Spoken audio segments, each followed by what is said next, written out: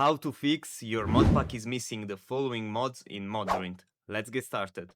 First, open the Modrinth app and launch the modpack that's giving you this problem. In this example, I'm using Better MC. When the error appears, you can either download the missing mods one by one or download them all at once. Let's start with one mod.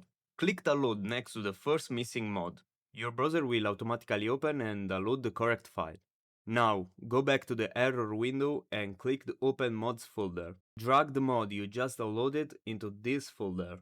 Now simply repeat the same process for every missing mod. Or to make things faster, click Download All. So download all the missing mod and then move all them into the mods folder.